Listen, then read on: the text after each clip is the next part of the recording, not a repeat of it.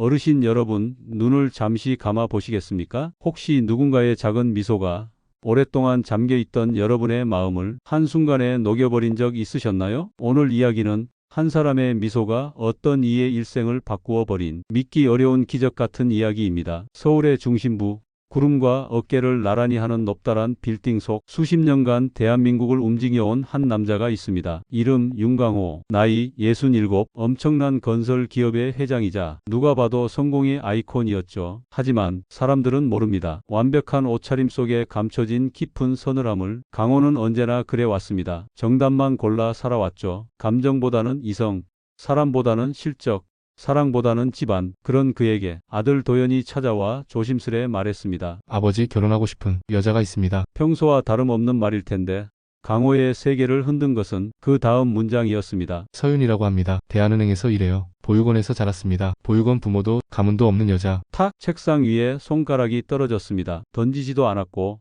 소리치지도 않았지만 도연은 알 수 있었죠. 아버지 마음에 눈에 보이지 않는 금이 가느다랗게 그어졌다는 것을. 우리 집안이 어떤 집안인지 알고 하는 말이냐?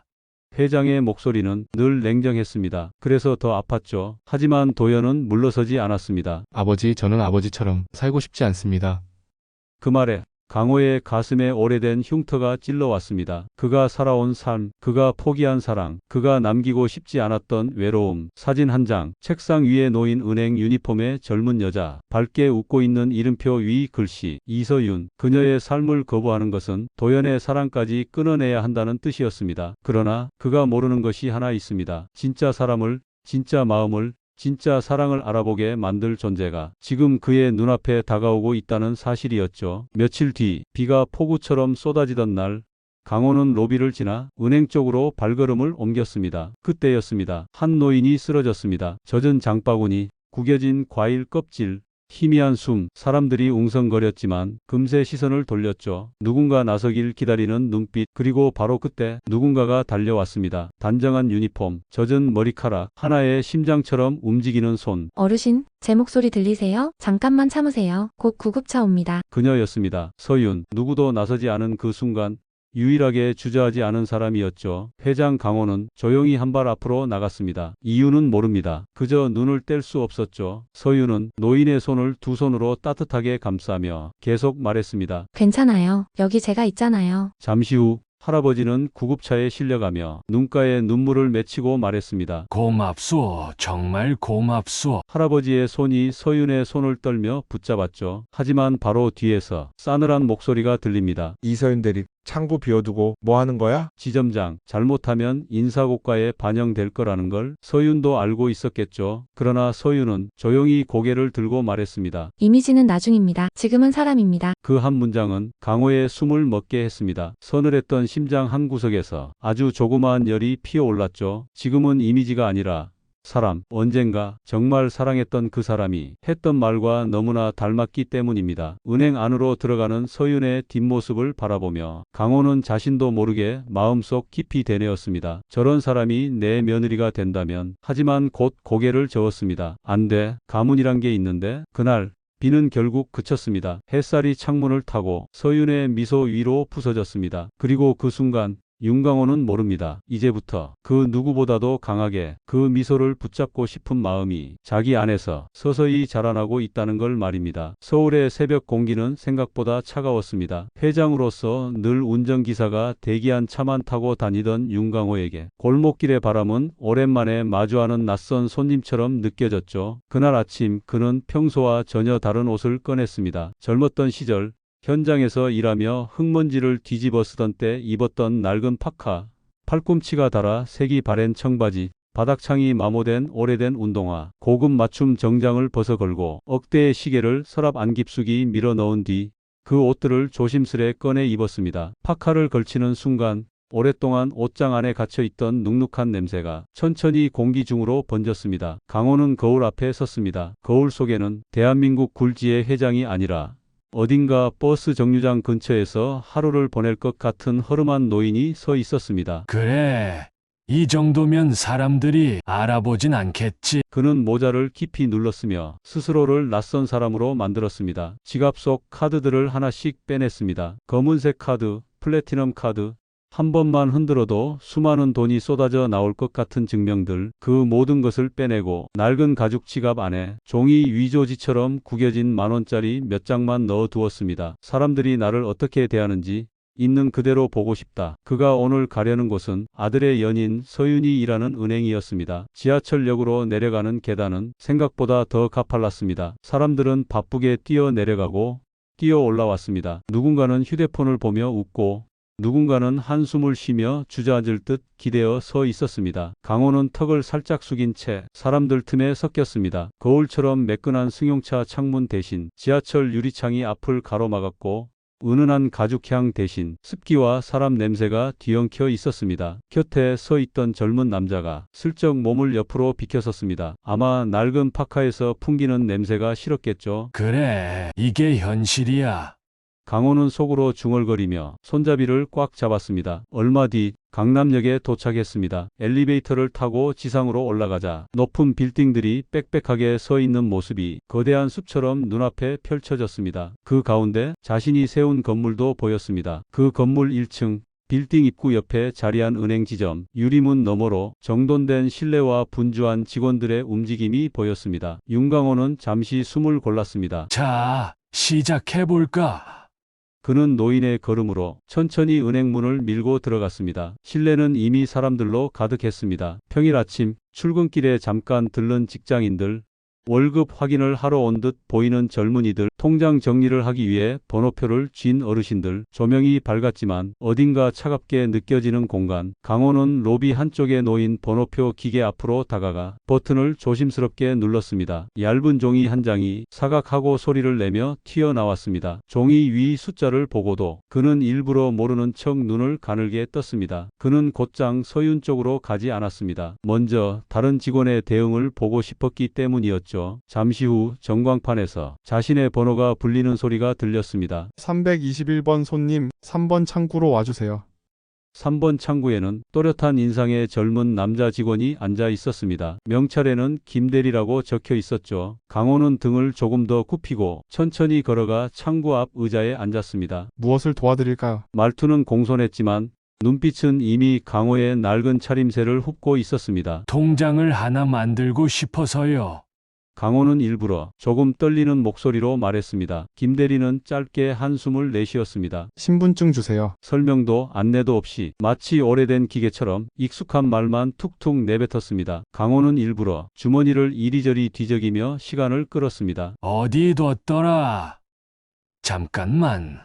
그 사이 뒤에 서 있던 손님의 발소리가 조금 더 거칠어졌습니다. 기다림에 지쳐 바닥을 톡톡 두드리는 소리. 김대리의 눈썹이 꿈틀거렸습니다. 어르신 뒤에 손님들 많으니까 빨리 좀 꺼내주세요. 불편함이 고스란히 묻어있는 목소리. 강호는 마침내 신분증을 꺼내 두 손으로 내밀었습니다. 김대리는 신분증을 낚아채듯 받아 컴퓨터 앞에서 빠르게 키보드를 두드렸습니다. 여기 이름 쓰시고 여기 도장 찍으시면 됩니다. 어디에 어떻게? 강호가 물으려 하자 김대리는 귀찮다는 듯 손가락으로 종이를 쿡쿡 찔렀습니다. 여기라니까요. 그냥 이름만 쓰시면 된다니까요. 강호는 조용히 고개를 끄덕이고 둔탁한 필체로 이름을 적었습니다. 통장이 나오는데 걸린 시간은 금방이었지만 그 과정에서 얻은 설명은 거의 없었습니다. 여기 있습니다. 통장을 내밀며 김대리는 이미 시선을 다른 쪽으로 돌렸습니다. 다음 손님이요. 강호는 고맙다는 말을 끝내 꺼내지 못했습니다. 이미 자신은 그에게서 관심을 잃은 존재였으니까요. 그래, 겉모습과 돈 냄새에 따라 사람을 대하는 세상이지. 강호는 그렇게 생각하며 통장을 조심스레 접어 주머니에 넣었습니다. 이제 진짜 보고 싶은 사람에게 가야 할 차례였습니다. 다시 번호표를 뽑는 순간 강호의 눈은 자연스레 한 창구로 향했습니다. 단정한 머리카락, 깔끔한 유니폼, 밝으면서도 진중한 미소, 서윤이었습니다. 그녀는 한 손님에게 무언가를 설명하며 살짝 고개를 끄덕이고 있었습니다. 고객의 눈높이에 맞춰 말을 천천히 풀어내는 표정, 그 사이사이 담기는 진심, 멀리서 보기만 해도 그녀가 대충 일을 처리하는 사람이 아님을 알 수 있었죠. 이번에는 저 창구로 가보자. 전광판에 새로운 번호가 떠올랐습니다. 347번 손님, 2번 창구로 와주세요. 서윤의 목소리였습니다. 강호는 모자를 한 번 더 아래로 눌러 쓰고 천천히 일어났습니다. 발걸음을 일부러 조금 더 무겁고 느리게 떼었습니다. 구부정한 어깨, 손에 힘이 들어가지 않은 듯한 모습. 창구 앞에 서자 서윤이 고개를 들었습니다. 그 눈빛이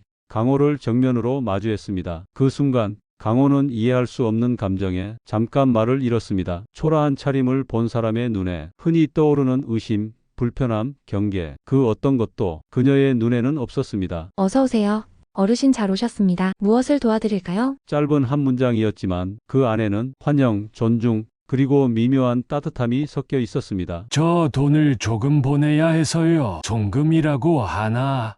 그걸 좀 하려고 합니다.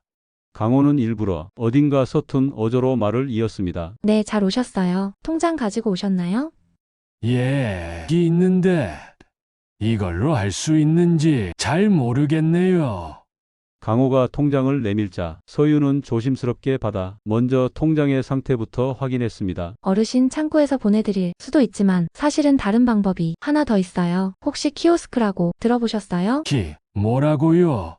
강호가 일부러 헷갈린 듯 눈을 크게 떴습니다. 서윤이 미소를 지었습니다. 괜찮습니다. 처음 들어보시는 게 당연해요. 말이 어렵죠? 기계라고 생각하시면 돼요. 자판기처럼 생긴 은행, 도우미 같은 친구예요. 그녀는 자리에서 조용히 일어났습니다. 어르신, 제가 옆에서 도와드릴게요. 같이 한번 해볼까요? 내가 괜히 번거롭게 하는 건 아닌지. 강호가 망설이자 서윤은 고개를 저으며 부드럽게 말했습니다. 전혀 아닙니다. 어르신이 오늘 이걸 한번 익혀두시면 다음에는 혼자서도 더 편하게 이용하실 수 있을 거예요. 그게 진짜 도움이 되는 거죠. 키오스크 앞에 서자 커다란 화면이 각종 메뉴들로 가득 차 있었습니다. 계좌 조회, 입금, 출금, 이체, 낯선 단어들이 한꺼번에 눈앞을 덮었습니다. 강호는 일부러 화면을 멍하니 바라봤습니다. 이걸 어디부터 눌러야 할지 잘 모르겠네요. 서윤은 가방 속에서 작은 카드를 하나 꺼냈습니다. 단단한 코팅지 위에 굵고 둥근 글씨가 쓰여 있었습니다. 어르신 안심카드. 첫 번째 통장 넣기, 두 번째 비밀번호 누르기, 세 번째 작은 그림들이 초등학교 교과서처럼 알기 쉽게 그려져 있었습니다. 이거 제가 직접 만든 카드예요. 처음 오시는 어르신들이 헷갈려 하시는 부분만 딱 모아서 한눈에 보이게 정리해둔 거예요. 그녀는 카드 뒷면을 보여주며 살짝 웃었습니다. 오늘은 여기 적혀있는 3가지 동작만 같이 해보면 됩니다. 다른 건 신경 안 쓰셔도 돼요. 그 말은 어려운 거 하지 않아도 된다는 안전한 약속처럼 들렸습니다. 먼저 여기 아래 통장 넣는 곳에 통장을 이렇게 넣어볼까요? 서윤이 손으로 기계 아래를 가리켰습니다. 강호가 천천히 통장을 밀어넣자 기계가 소리를 내며 통장을 빨아들였습니다. 잘하셨어요. 이제 두 번째 단계예요. 비밀번호를 누르셔야 하는데 그녀는 곧바로 화면 한쪽을 손으로 가렸습니다. 제가 이쪽을 막아드릴게요. 다른 분들이 못 보시게요. 천천히 눌러주세요. 비밀번호를 누르는 짧은 순간조차 그녀는 고객의 입장이 되어 먼저 움직였습니다. 숫자 버튼을 누르며 강호의 손이 미묘하게 떨렸습니다. 연기인지 감정 때문인지 본인조차 알 수 없는 떨림이었죠. 잘 되셨습니다. 이제 세 번째. 송금 버튼을 찾아볼까요? 화면에는 여러 가지 메뉴가 빼곡했습니다. 강호는 일부러 다른 버튼을 눌렀습니다. 대출 안내, 묵직한 메뉴 화면이 새로 뜨자 강호가 당황한 목소리로 말했습니다. 아이고, 잘못 눌렀나 봐요. 괜히 이상한 거 건드린 거 아닌지. 다른 직원 같았으면 한숨을 쉬며 뒤로 가기 누르시면 된다. 투덜거렸을지도 모릅니다. 하지만 서윤은 표정 하나 변하지 않았습니다. 괜찮습니다. 어르신 이럴 때 누르라고 있는 버튼이 하나 더 있어요. 그녀는 화면 구석을 가리켰습니다. 여기 보이시죠? 뒤로 가기 버튼. 길을 잘못 들었을 때 다시 되돌아오라고 있는 친구예요. 강호는 그녀가 기계도 사람처럼 소개하는 게 묘하게 웃기면서도 따뜻하게 느껴졌습니다. 뒤로 가기를 누르고 다시 메인 화면으로 돌아오자 이번에는 서윤이 송금 메뉴를 손으로 가볍게 짚어줬습니다. 여기 이 글씨 보이세요? 송금이라고 적혀있죠. 이걸 누르시면 됩니다. 강호는 천천히 손가락을 올려 버튼을 눌렀습니다. 이제 계좌번호를 넣을 차례였습니다. 받는 분 계좌번호는 어디에 적어 오셨나요? 강호는 주머니에서 구겨진 종이를 꺼냈습니다. 여기에 적어 놓긴 했는데 글씨를 제가 썼는데도 잘 안 보이네요. 종이 위의 숫자들은 일부러 작고 흐릿하게 써 놓았습니다. 서윤은 종이를 건네받아 잠시 눈을 찡그렸습니다. 그러더니 자신의 휴대폰을 꺼내 카메라를 켰습니다. 제가 대신 확대해서 볼게요. 요즘은 폰이 돋보기 역할을 해주니까 참 고맙죠. 그녀가 종이를 비추자 화면 속 숫자들이 훨씬 또렷하게 보였습니다. 여기 보니까 이 숫자는 7이 맞네요. 제가 한 자리씩 불러드릴 테니 천천히 눌러보세요. 강호는 한 자리씩 숫자를 눌렀습니다. 그녀는 옆에서 조용히 조용히 그러나 아주 집중한 눈빛으로 화면을 함께 바라보고 있었습니다. 좋아요. 이제 금액을 적으셔야 하는데 얼마를 보내실 건가요? 강호는 잠시 망설이다가 작게 대답했습니다. 3만 원만 보내려고 합니다. 그럼 여기서 3, 0, 0, 0, 0 이렇게 눌러 보시면 돼요. 천천히요. 그가 금액을 입력하자 확인 화면이 떴습니다. 여기 받는 분 성함, 금액, 계좌번호 한번 더 확인해 보세요. 틀리면 큰일이니까요. 저도 같이 볼게요. 둘은 화면을 한참 바라보았습니다. 숫자 하나, 글자 하나, 허투루 넘기지 않으려는 조심스러운 눈빛, 모든 것이 맞는 걸 확인하고 마지막 확인 버튼을 누르자 기계가 조용히 소리를 냈습니다. 송금이 완료되었습니다. 다 됐습니다. 어르신 이제 통장만 다시 받아가시면 돼요. 통장을 건네며 서윤은 웃었습니다. 오늘 정말 잘하셨어요. 처음 하시는 분이 이 정도면 금방 익히실 거예요. 다음에는 제가 오늘 드린 카드만 보셔도 어느 정도는 혼자 하실 수 있을 거예요. 그녀가 건넨 카드는 작지만 단단했습니다. 마치 한 사람이 건넨 혼자가 아닙니다라는 메시지 같았습니다. 강호는 카드와 통장을 소중한 물건처럼 가슴 쪽 주머니에 넣었습니다. 그때 서윤이 갑자기 생각난 듯 무언가를 꺼냈습니다. 얇은 종이 한 장, 뒷면에는 손글씨가 적혀 있었죠. 이건 제 명함입니다. 앞면엔 은행 이름이 적혀 있고 뒷면에는 제 이름을 조금 더 크게 적었어요. 혹시 다음에 오셨을 때 키오스크든 창구든 무언가 어려운 일이 생기시면 제 이름을 말씀해 주세요. 그녀는 펜을 꺼내 명함 뒷면에 또박또박 적었습니다. 이서윤 이름 잊어버리셔도 괜찮습니다. 이 종이를 지갑 안에 넣어두셨다가 필요할 때 꺼내 보여주시면 돼요. 그러면 제가 아니면 제 동료들이라도 반드시 도와드릴 거예요. 명함을 받는 순간 강호의 손가락 끝이 묘하게 뜨거워졌습니다. 내가 정말 이 정도 대접을 받을 만한 사람인가? 낡은 파카와 해진 운동화, 손때에 묻은 지갑 속 몇 장의 지폐. 객관적으로 보자면 그는 그저 평범한 노인 중 한 명에 지나지 않았습니다. 그러나 서윤은 그를 한 사람으로 대했습니다. 돈이 얼마 있는 노인이 아니라 도움이 필요한 어르신으로 바라보았죠. 정말 고맙습니다. 강호는 거의 속삭이듯 말했습니다. 아닙니다. 어르신 제가 할 일을 한 것뿐이에요. 오늘 길 조심히 돌아가세요. 혹시라도 집에 가시다가 전화로 이상한 요구를 받으시면 절대 송금하지 마시고 다음에 오셨을 때 저를 먼저 찾아주세요. 요즘 나쁜 사람들이 어르신들 노리고 전화를 참 많이 합니다. 그녀는 걱정이 잔뜩 담긴 목소리로 덧붙였습니다. 혹시 그런 전화 받으시면 뭐라고 해도 일단 끊으시고 이서윤 찾으러 은행으로 오세요. 알겠죠? 그 말은 범죄 예방 안내라기보다는 안부 인사에 가까웠습니다. 어르신, 당신의 돈과 마음을 제가 지켜드리고 싶습니다. 그런 약속처럼 들렸습니다. 은행을 나와 건물 밖 벤치에 앉은 강호는 한동안 일어나지 못했습니다. 손에는 작은 카드 한 장과 명함 한 장이 꼭 쥐어져 있었습니다. 차갑던 바람이 조금은 덜 차갑게 느껴졌습니다. 내가 평생을 돈으로 사람을 판단했는데 그는 속으로 말했습니다. 이 아이는 사람으로 사람을 보고 있구나.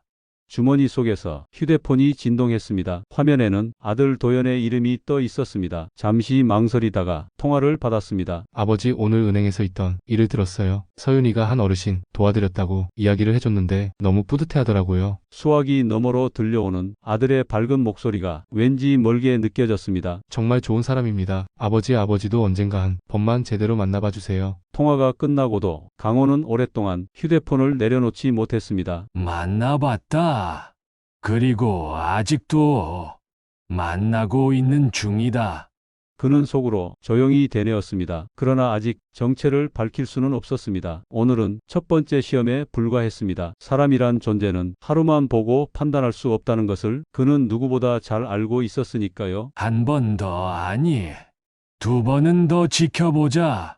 그는 마음속에 그렇게 다짐했습니다. 하지만 이미 그 다짐 뒤편에서는 조용히 다른 목소리가 속삭이고 있었습니다. 사실은 충분히 알고 있지 않느냐고. 그 목소리를 외면한 채 윤강호는 다시 낡은 파카깃을 세우고 천천히 집으로 향했습니다. 다음 날 그리고 그 다음 날 그는 또다시 노인의 옷을 꺼내 입게 될 거라는 사실을 아직은 인정하고 싶지 않았지만 이미 마음은 그 길을 향해 걷고 있었습니다. 다음 날 아침 윤강호는 다시 낡은 파카를 꺼내 들었습니다. 말로는 시험이라고 했지만 어쩌면 스스로를 설득하는 과정인지도 몰랐습니다. 한 번은 우연일 수 있다. 하지만 두 번은 다르지. 그는 거울에 비친 구부정한 뒷모습을 다시 한번 바라보고 천천히 출발했습니다. 지하철역 난간에 기대 숨을 고르며 불과 얼마 전만 해도 하루 일과를 헬기나 검은색 대형차 안에서 시작하던 자신이 떠올랐습니다. 내가 스스로 만든 세상 밖은 이렇게 차갑고 벅찼구나. 하지만 그 차가움 속에 따뜻한 손길을 내밀었던 사람이 있었기 때문에 오늘도 이곳에 와 있는 것이었습니다. 은행 문을 들어서자 서윤은 이미 창구에서 다른 손님을 응대하고 있었습니다. 그 모습만 보고도 강호는 안심이 되는 기분을 느꼈습니다. 잠시 후 그의 번호가 불렸습니다. 328번 손님, 이번 창구로 오세요. 서윤이었습니다. 어서 오세요. 어르신 또 와주셨네요. 그녀는 그저 반가운 듯 밝게 웃었습니다. 그 어떤 선입견 없는 순수한 환대. 통장을 조금이라도 더 편하게 해 드릴 방법이 뭐가 있을지 생각을 좀 해봤어요. 말을 꺼내는 그녀의 표정이 진심 그 자체였습니다. 강호는 그 말 한 줄에 가슴이 찌르르해지는 느낌을 받았습니다. 하지만 오늘은 조금 다른 목적이 있었습니다. 강호는 어색하게 지폐를 꺼내 보이며 말했습니다. 입금을 하려고. 2만 원짜리 4장을 모두 넣어주면 되겠지요? 지폐는 일부러 구겨지고 오래된 것만 준비해 왔습니다. 서윤은 천천히 지폐를 세어 보았습니다. 셋, 넷, 그러더니 웃으며 고개를 들었습니다. 4장 맞아요. 네, 정확합니다. 입금 도와드릴게요. 통장을 기계에 넣고 입금 절차를 진행하던 그녀는 잠시 뒤 강호에게 지폐 한 장을 돌려줬습니다. 어르신 기억나세요? 어제 송금하신 금액이 있어서 잔고가 바뀌었어요. 혹시 오늘은 3만 원만 입금하시는 건가요? 어제처럼 강호는 조금 놀란 척 표정을 지었습니다. 어이쿠, 내가 또 헷갈렸구만. 맞다. 3만 원만. 사실은 강호가 일부러 10,000원을 더 넣었나 확인하려 한 것이었지만 서윤은 역시 정확하게 기억했고 조용히 안내해 준 것이었습니다. 괜찮습니다. 어르신 헷갈리면 저한테 말씀해 주세요. 그게 제가 있는 이유니까요. 그녀는 그렇게 말하고 과정 하나하나를 다시 설명해 주었습니다. 어르신이 평생 벌어오신 돈이잖아요. 한 푼 한 푼 정확하게 지켜드려야죠. 그 한마디 정말 짧았지만 그 말이 가진 무게는 어떤 금액보다 더 값졌습니다. 강호의 손등에 서서히 감정이 스며올랐습니다. 나는 평생 돈으로 사람을 재단했는데 이 아이는 사람의 가치를 돈으로 지켜주네. 입금이 끝난 뒤 서윤은 무언가를 꺼냈습니다. 하늘색 카드 한 장, 손글씨로 커다랗게 보이스피싱 조심이라고 쓰여 있었습니다. 요즘은 너무 교묘해서 젊은 사람도 속아요. 어르신들은 특히 더 조심하셔야 해요. 카드 뒷면에는 상황별 대처 방법이 또박또박 적혀 있었습니다. 검찰이라고 해도 돈 보내지 않기, 자녀라고 해도 목소리 다르면 의심하기, 급하다고 재촉하면 무조건 끊기. 이 카드 지갑에 넣고 다니세요. 누군가 전화로 뭐라고 해도 이걸 한 번만 보시면 차분해질 거예요. 강호는 카드를 바라보았습니다. 볼펜 자국이 선명한 글씨, 복사한 인쇄물이 아니라 하나하나 손으로 적은 흔적. 이걸 다 직접 만드셨어요? 내 휴게 시간에 조금씩 만들고 있어요. 바쁘신 분들 대신 제가 조금이라도 도와드리고 싶은 마음이에요. 그 말이 끝나자 강호는 고개를 숙였습니다. 남이 만들어 놓은 세계 속에서 평생 왕처럼 살아온 자신과 누군가의 어려움을 조용히 하지만 꾸준히 받쳐주려는 서윤의 삶은 너무도 달랐습니다. 은행을 나선 뒤 벤치에 앉아 강호는 한참 동안 움직이지 못했습니다. 지갑 속 명함과 카드를 꺼내 다시 한번 손끝으로 만져보았습니다. 사람이 한 사람을 대하는 방식, 그 단순한 진심이 이렇게까지 큰 감정을 일으킬 수 있는 걸까요? 몇십 년 동안 아무도 건드릴 수 없던 굳건한 마음속에 서윤이라는 이름이 작지만 분명한 파문을 일으키고 있었습니다. 그리고 그 파문은 바다로 향하는 파도처럼 점점 더 멀리 그리고 깊게 퍼져나가고 있었습니다. 찬바람이 유리창을 두드리던 초겨울 아침이었습니다. 라디오는 한파라는 말을 반복했고 창밖 가로등 불빛 아래로 흰 입김이 길게 늘어져 있었습니다. 그날도 윤강호는 옷장 안깊숙이 밀어두었던 낡은 파카를 꺼냈습니다. 몇 날 며칠 같은 옷을 입고 다녔지만 이제는 그 옷이 낯설지 않았습니다. 오히려 정장보다 자기 마음에 조금 더 솔직한 옷처럼 느껴졌습니다. 오늘이 마지막이다.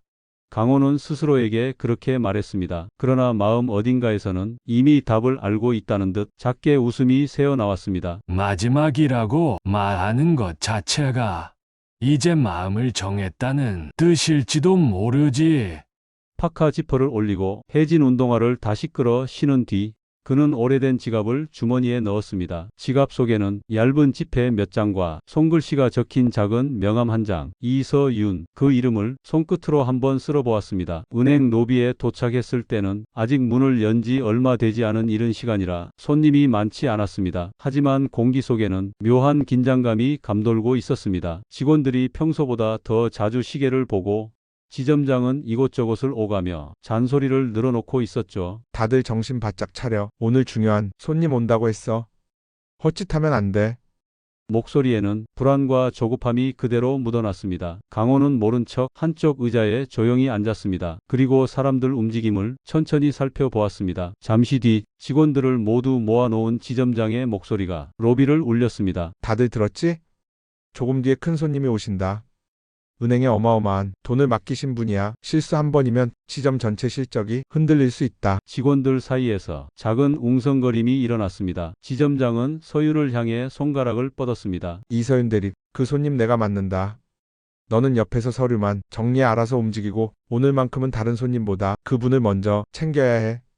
순간 서윤의 얼굴에 아주 미세한 그림자가 스쳤습니다. 지점장님, 오늘 오전에는 미리 예약하신 상담이 있습니다. 며칠 전부터 약속 잡아두신 어르신 한 분이 계셔서요.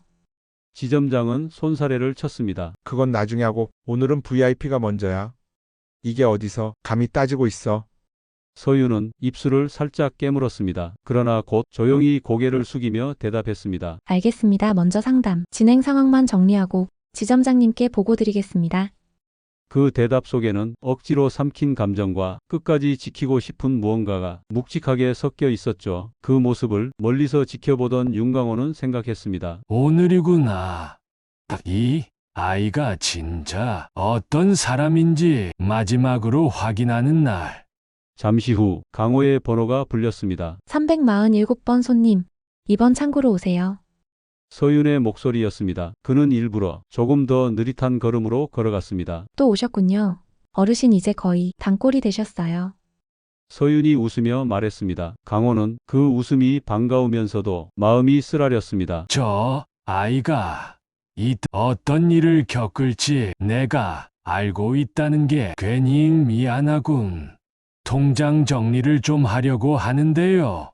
그는 평소처럼 조심스럽게 말을 꺼냈습니다. 서윤이 통장을 받아 단말기에 넣으려는 순간이었습니다. 은행 입구 쪽이 갑자기 부산스러워졌습니다. 문이 열리며 고급 정장을 차려입은 중년 남자가 2명의 수행원과 함께 들어왔습니다. 그의 주변 공기는 다른 사람들과는 분명히 달랐습니다. 빳빳한 정장 주름, 발걸음마다 흔들리는 비싼 시계. 태연한 듯하지만 자신감으로 가득 찬 눈빛. 지점장은 그 모습을 보자마자 허리를 깊게 숙이며 달려갔습니다. 어서 오십시오. 회장님 기다리고 있었습니다. 부드러운 미소와 더불어 과장된 환대가 로비를 뒤덮었습니다. 지점장은 주변을 둘러보더니 서윤을 향해 목소리를 높였습니다. 이서윤 대리, 지금 뭐 하는 거야? 어서 이쪽으로 와서 인사드려.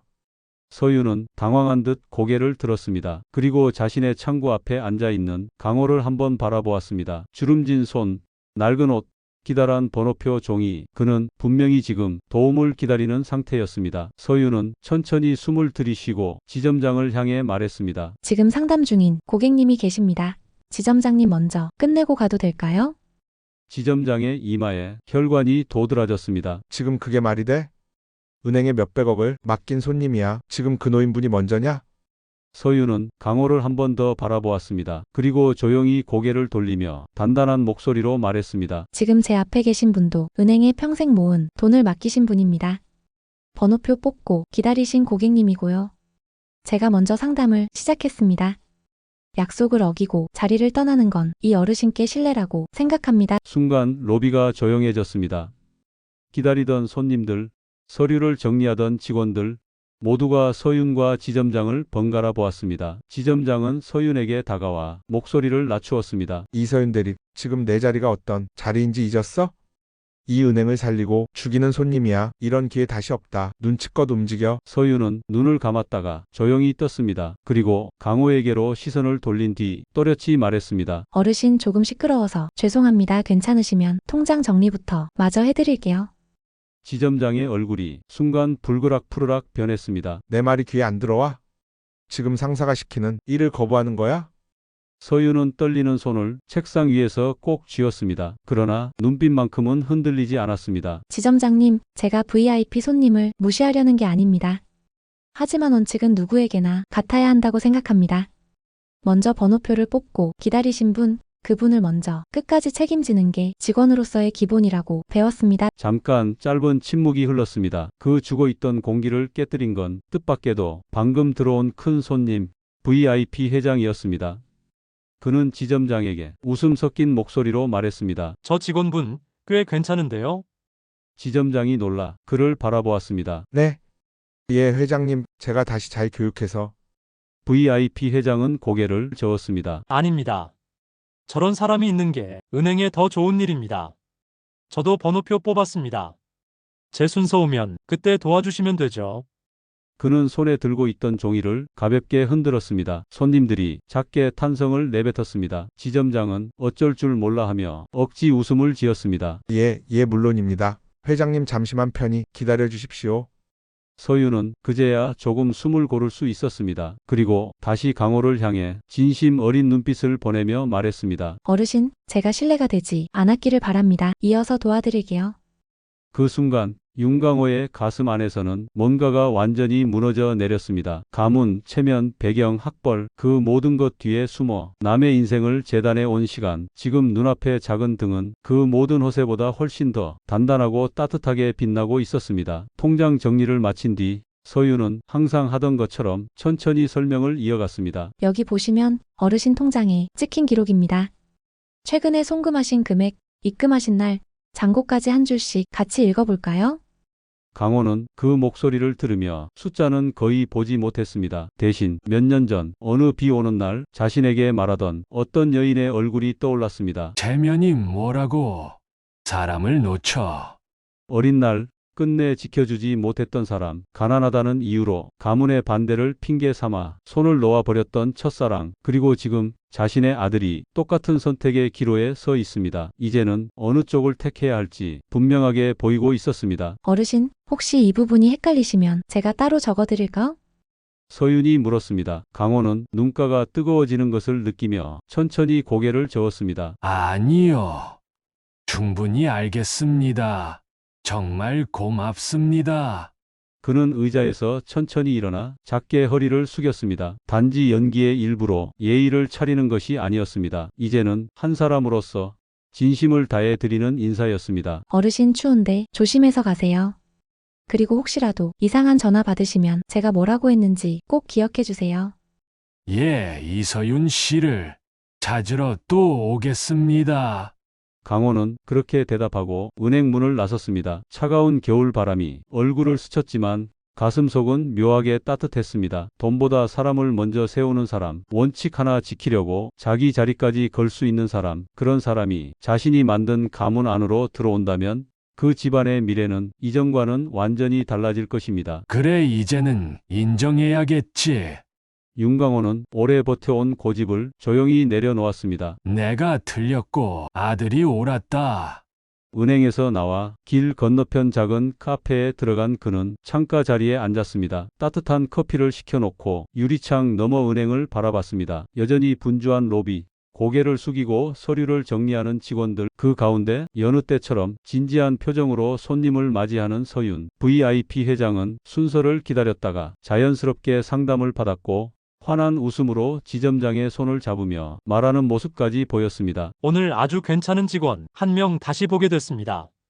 그 말은 유리창 너머로도 표정으로 읽을 수 있었습니다. 서윤이 그 뒤에서 묵묵히 서류를 정리하며 조용히 고개를 숙여 인사하는 모습이 작지만 강하게 눈에 들어왔습니다. 그 모습을 본 순간 윤강호는 결심했습니다. 이제 더 이상 시험을 이어갈 이유가 없었습니다. 그는 카페에서 나와 느린 걸음으로 집을 향했습니다. 집에 도착해 낡은 파카를 벗고 다시 정장을 꺼냈습니다. 넥타이를 고쳐 매고 거울 앞에 섰습니다. 오늘만큼은 회장으로서의 얼굴이 필요했습니다. 아들이 그리고 서윤이 그 얼굴 앞에서 마주해야 할 시간이 곧 다가오고 있었으니까요. 이제 내 차례군. 그는 속으로 말했습니다. 한 사람의 진심을 제대로 대접할 차례, 그리고 동시에 자신의 지난 세월에 진심으로 사과할 차례였습니다. 며칠 뒤 저녁, 조용한 레스토랑 한쪽 작은 상견례 자리가 차분히 준비되고 있었습니다. 흰 식탁보 위에 놓인 접시, 따뜻한 조명, 잔잔한 음악. 윤강호는 테이블 한켠에 앉아 조용히 시간을 기다렸습니다. 잠시 후 문이 열리는 소리가 들렸습니다. 아들의 목소리가 긴장과 설렘을 품고 공간을 채웠습니다. 아버지 인사드리겠습니다. 제가 말씀드렸던 사람입니다. 그리고 그 옆에서 조심스레 고개를 숙이는 한 사람, 은행에서 보았던 유니폼 대신 단정한 원피스를 입은 서윤이 두 손을 모으고 서 있었습니다. 안녕하세요. 처음 인사드립니다. 이서윤입니다.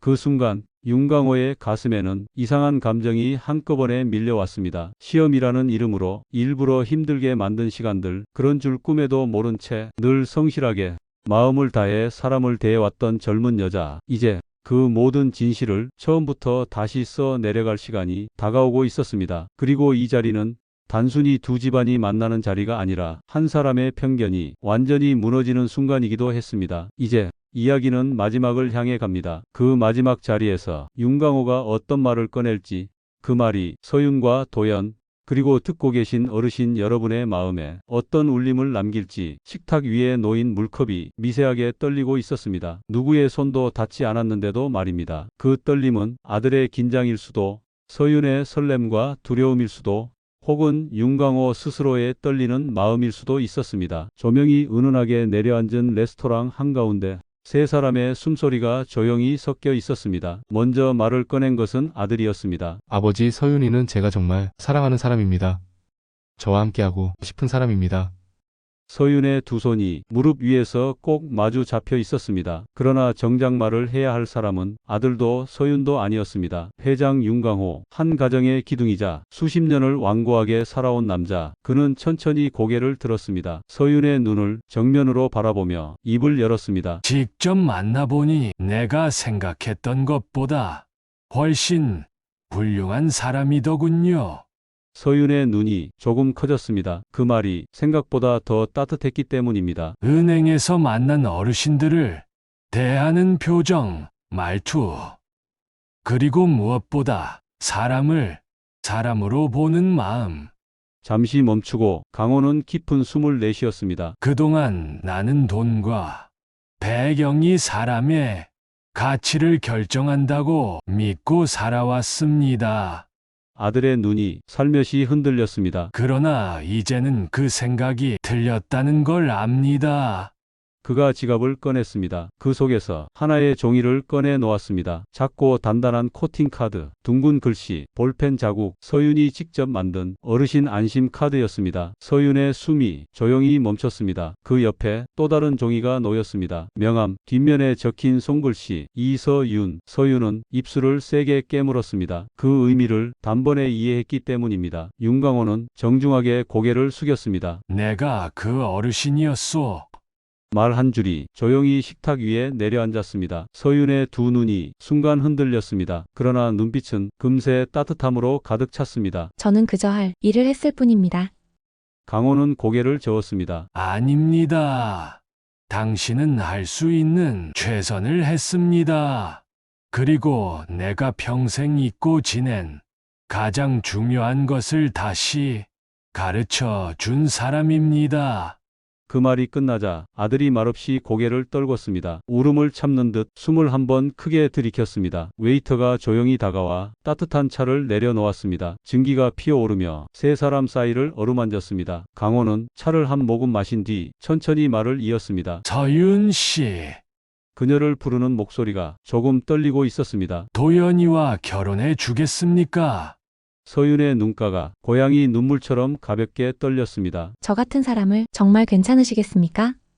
그 질문은 진심이었습니다. 그동안 수없이 들었던 말, 수없이 견뎌야 했던 시선이 그 한 줄에 담겨 있었습니다. 윤강호는 손등 위를 바라보았습니다. 은행에서 그녀가 자기 손을 감싸주던 순간이 그대로 떠올랐습니다. 그리고 고개를 들며 또렷하게 말했습니다. 당신이 어떤 환경에서 자랐는지 나는 이미 알고 있소. 그러나 그게 당신을 정의하지 않습니다. 당신의 마음, 당신의 선택, 당신의 삶이 당신을 빛나게 만들고 있어. 서윤의 눈물이 조용히 떨어졌습니다. 도연은 서윤의 손을 꼭 잡았습니다. 잠시 뒤 강호는 자리에서 천천히 일어났습니다. 두 사람 앞에 섰습니다. 그러고는 평생을 지켜온 자존심보다 더 깊이 허리를 숙였습니다. 이 늙은이가 부탁 하나 하겠습니다. 서윤이 놀란 표정으로 고개를 들었습니다. 우리 도연이를 행복하게 해주세요. 그리고 무엇보다 당신 자신을 절대 잊지 말아 주시오. 그 인사는 승낙이었고 사과였고 축복이었습니다. 식탁 위 작은 물컵은 더 이상 떨리지 않았습니다. 대신 세 사람의 마음속 깊은 곳에서 따뜻한 떨림이 조용히 이어지고 있었습니다. 그날 밤 창밖에는 겨울바람이 불었지만 강호의 방 안은 오랜만에 포근했습니다. 옷장 한 켠에 낡은 파카가 걸려 있었습니다. 그는 그 옷을 향해 조용히 웃었습니다. 덕분에 참 많은 걸 배웠구나.